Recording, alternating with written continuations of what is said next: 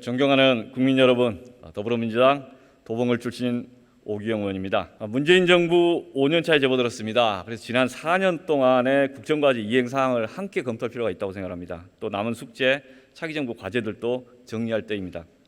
부총님, 문재인 정부 소득주도 성장 정책을 이야기할 때 그 축에 최저임금 인상 정책이 있었는데 어쨌든 최저임금 1만 원까지 올리겠다 이렇게 지난 대선 때 여러 후보들이 이야기했고 문재인 정부도 그렇게 표방을 했고요. 아니다, 2022년까지 올리겠다. 그때 홍준표 후보, 안철수 후보 이야기를 했습니다. 그러니까 지난 4년 동안의 최저임금 인상률을 보니까 7.92%인데 현재 시급이 8,720원이고요.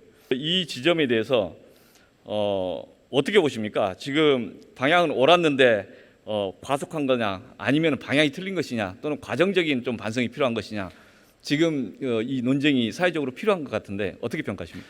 예, 의원님 그 말씀 주신 대로 저소득 근로자에 대한 소득 보강 차원에서 저소득의 소득 계층을 위해서 올리는 계획상에서 차지 첫 년도와 둘째 년도에는 좀 기대 이상으로 많이 인상이 된 측면이 있습니다.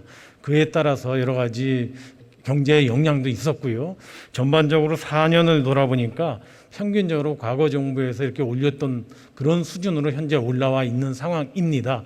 이번 올해 최저임금을 얼만큼 할 것인가에 대해서는 최저임금위원회에서 독자적으로 결정을 하는데 아마 사용자 측하고 노조 측의 입장이 많이 대립이 돼서 역시 좀 많은 진통이 있을 걸로 생각이 됩니다. 예, 박근혜 정부 때 7.42%, 그리고 현재 문재인 정부 7.92%. 네. 그런데 현 정부에서는 그 일자리 안정적을 통해서 사실상 보조를 했기 때문에 피부로 느끼는 그 인상률 한 5% 내외였던 것 같습니다.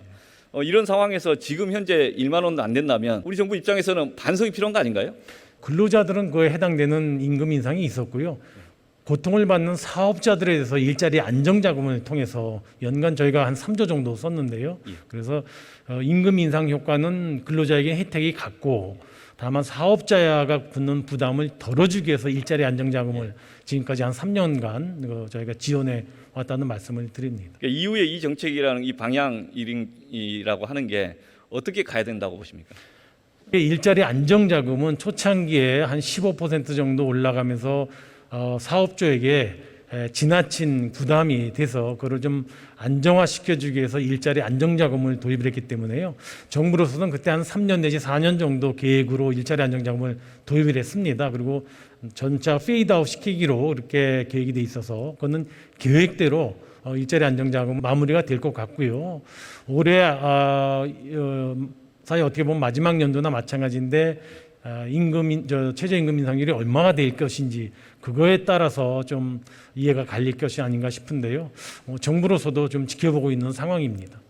노동소득 양극화 어떻게 하면 해소되지 않는가? 즉 노동시장의 이중구조 이런 이야기를 합니다. 그래서 이제 이른바 호봉제, 임금비까지 다양한 대책들이 필요하다고 생각하는데 그런 점에 대해서는 어떻게 보십니까? 말씀하신 대로 노동소득 양극화가 굉장히 좀 심각한 상황이고요. 그나마 문재인 정부 들어와서 소득주도 성장이라 해도 초창기에 저소득 근로자에 대한 소득 보강에 주력해서 사실은 저소득 근로자 비중이 처음으로 우리 정부 들어와서 20% 이하로 떨어졌습니다. 그만큼 저소득의 여러 가지 어려움을 겪던 계층들의 소득 보강은 상당히 효과가 있었다고 보고요. 지금 말씀 주셨던 이 노동소득의 양극화 문제는 앞으로도 계속 해결해 나가야 될 아주 중대한 과제가 아닌가 저는 생각이 됩니다.